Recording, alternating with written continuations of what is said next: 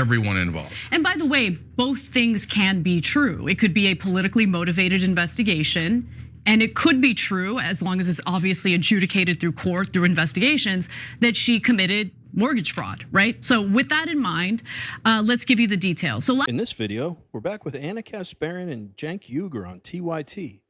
Anna Kasparian and Cenk Uygur discussed the recent charges filed against Letitia James and whether or not they're politically motivated. With that, let's watch Anna Kasparian expose the Democrats and the consequences of their lawfare. I believe the Attorney General of New York is going to get charged by the feds here criminally. I think this is going to be a big deal. I think it is a case that is being undercovered right now, even in the right-wing media. I've been surprised that this hasn't gotten more attention. That was Mediaite's Dan Abrams on the Trump administration's investigation into New York Attorney General Letitia James for alleged fraud, mortgage fraud to be specific. But is this just a political witch hunt, or could there actually be merit behind these allegations from the Department of Justice? So before we get to the details, Cenk, what did you think right off the bat, initially before reading the details?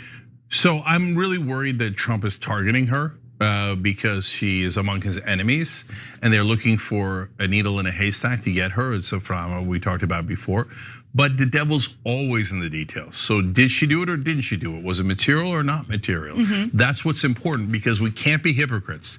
We have to be fair and honest to everyone involved. And by the way, both things can be true. It could be a politically motivated investigation, and it could be true, as long as it's obviously adjudicated through court, through investigations, that she committed mortgage fraud, right? So with that in mind, let's give you the details. So last week, the Department of Justice received a criminal referral letter from the Federal Housing Finance Agency.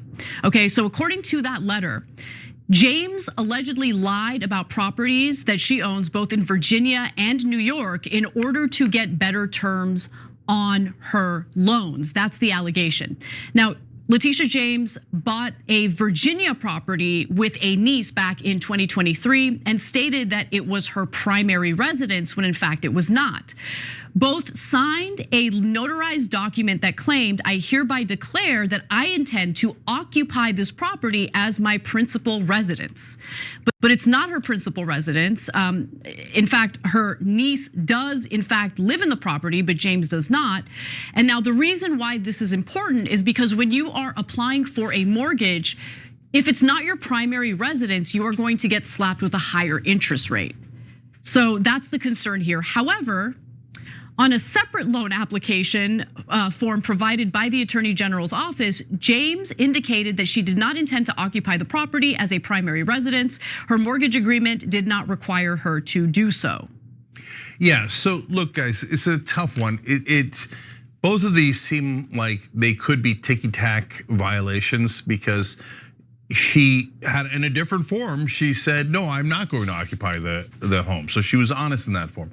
The form where she was not accurate was notarized. That's a problem. That is a problem, yeah. So now when you compare it to Trump's financial fraud involved literally. Yeah, I'm reserving judgment on this whole thing till I know the facts of the case, and maybe we'll find a little bit more about them throughout the rest of the video. I guess my stance on this kind of Donald Trump retribution for all the lawfare used against him is, I completely understand it. That man has been through hell. And this woman in particular went out of her way to tell everyone, I'm gonna get him. I believe when she was running for her attorney general position, or once she had it, and I think she's on camera multiple times before actually announcing exactly what they were going after Trump for. Not to mention, you can't forget how frivolous the charges that they went after Trump for were. It all involves bank loans that he paid back to the banks, and everything was in good standing. And they accused him of valuating properties for more value than they were. But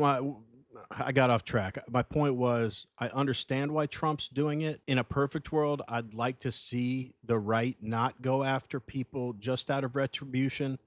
But what I'm hoping is what Anna just said there, which is that there actually is a crime there, and it will be political retribution as well. But let's hear more about it. Billions of dollars, right?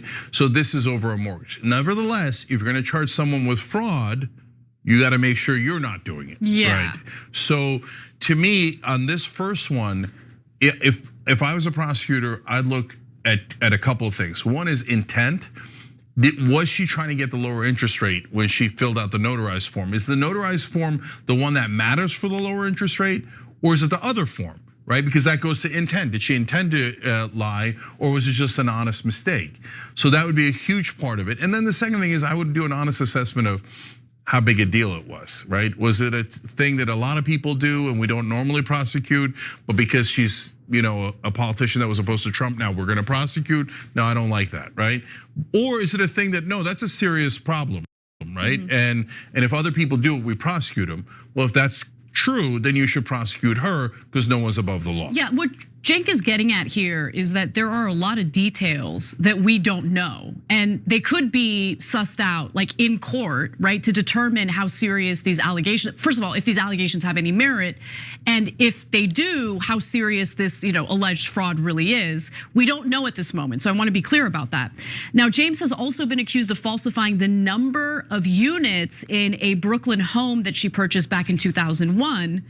Man, we're going all the way back to 2001. Okay, so the letter noted that while a January 2001 certificate of occupancy said the home had 5 units, James had consistently said it had 4. So that's important because the property was purchased with a loan that is only applicable for homes with 4 units or less, or buildings with 4 units or less. So James has refuted that allegation as well. A spokesperson from James's office said that a writer attached to the mortgage clarified that the building was 4 units and agreed that she had said so consistently in paperwork. So if that's true, okay, then she has nothing to worry about, right? There's more though. It seems that technically the building is listed as both though. So the certificate filed with the City Department of Buildings lists 5 units in the 152-year-old row house, including 2 on the top floor, but city finance records classify the building as a 4-unit property. So that's another relevant detail or factor to consider when it comes to these allegations. Finally, the letter alleges that in 1983, 3 years before I was even born, James and her father signed mortgage documents. This is politically motivated. Yeah. This is politically motivated. I'm 38 years old.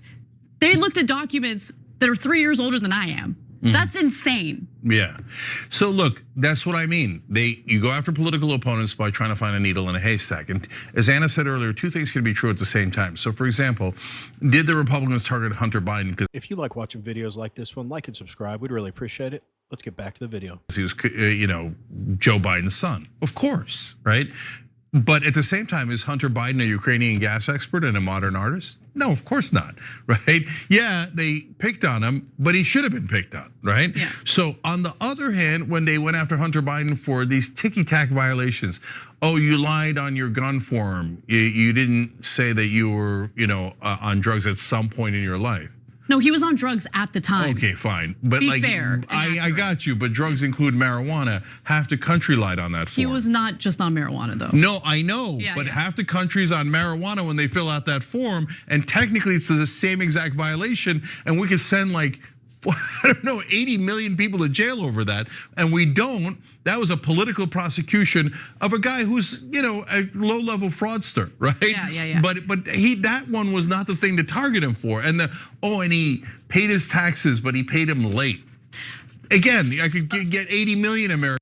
So everything that they've described that Letitia James has done wrong, I think every single one of those things individually is worse than anything Donald Trump ever did. And they're like rolling their eyes saying it's politically motivated because of the dates they looked at. I know it's the right thing to turn the other cheek, but give me a break, man. Donald Trump had a $350 million judgment in civil court against him. With interest, that'll be $450 million when all's said and done. This is so exorbitantly high compared to crimes, compared to punishments for similar crimes. Not incongruent isn't even the right word. It's out of this stratosphere. It's not even the same world. So what I think needs to happen, first of all, if Letitia James is legitimately not guilty on any of these things, I don't want to see someone go to jail as much as I don't like her. I don't want to see someone fined, go to jail, punished for something they didn't do. So if none of this is breaking the law, which from what I'm hearing, it sounds like it is, but if it isn't, just for the record, I don't want her. I don't want her unlawfully charged with something, actually, like Trump was. But if she was, we need to make sure that the penalties that she made sure were imposed on Donald Trump are similarly imposed on Letitia James for her crimes. That's what I want to see. Fair is fair. And the fact that Cenk here said something like Donald Trump's was very serious or something, it blows my mind that these guys can seem normal sometimes, but that statement alone shows his TDS. Donald Trump's crimes were nonsense. They're about bank loans that were paid back. I don't want to see her go to jail. I don't want to see her punished for something she didn't do. However, if she is guilty of something, she needs to be punished. And I want to see a similar punishment to what happened to Donald Trump. Anyway, let's wrap up the video. Americans on that charge. Hold on. So my point is, somebody could be shady and they didn't break that law, or that violation is no big deal, or it's just a political witch hunt and they're not shady at all, and they're getting targeted. Right, and at this moment, we don't know. We don't look. I do think that there's a political motivation here in going after Letitia James. Certainly, Letitia James is a vociferous Trump hater and has talked about going after him for his criminality. So it doesn't surprise me that her actions would be met with similar actions by her political opponents. But that being said, I just want to finish what I was saying about the 1983 thing, because the letter alleges that in 1983, James and her father signed mortgage documents that stated that they were a married couple. And so we didn't find any evidence that James has responded to that claim in particular, but all three allegations against James are relevant because she herself, again, has sued Donald Trump for fraud. Yeah. So look, real quick, I'm going to list the things. Again, I don't know all the facts, but my gut instinct says Letitia James broke the law multiple times. And if you're going to go after somebody as hard as she went after Donald Trump and look in every nook and cranny, then you better be squeaky clean. If you're not, they're going to find something. They found something. And yeah, it probably is politically motivated. Is that how politics should work in our country? Probably not. But I'll tell you what, I will feel zero empathy for Letitia James if she gets the book thrown at her. But we want to hear from you. What do you guys think about these charges against Letitia James? Do you think it's lawfare? Do you think it's legitimate? Do you think it's both? Let us know in the comments. Anyway, as always, really appreciate you watching, and we will see you on the next one.